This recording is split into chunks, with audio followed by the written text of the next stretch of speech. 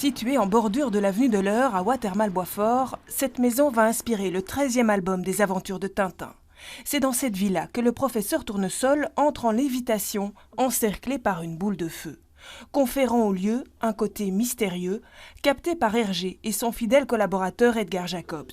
Hergé habite alors quelques mètres plus bas. Hergé a été se promener avec Edgar Pierre Jacobs, dit-on, et ils ont été faire des croquis. C'était pas loin du domicile d'Hergé, c'était un peu plus haut que son domicile, de l'autre côté de la rue. Et donc cette maison, ils ont été faire des croquis, et puis par après, elle a été sublimée, je veux dire, parce que bon, dans l'histoire, c'est un décor.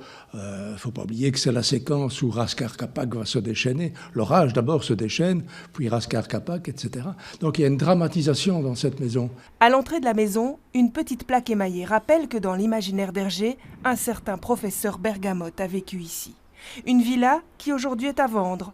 Et son charme ne tient pas seulement au fait d'avoir inspiré les 7 boules de cristal. La maison en fait a été dessinée par Alban Chambon, qui nous a offert d'ailleurs l'hôtel Métropole, place de Beaucaire en centre-ville. Et cette maison du coup a une histoire bien avant Tintin, parce que la BD Tintin, les 7 boules de cristal, est sortie en 1948.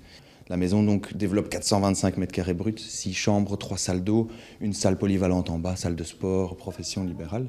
Un intérieur qui ne se trouve pas dans l'album dessiné par Hergé. Et pour cause, il n'en a jamais franchi les portes. Ils vont faire quelques croquis.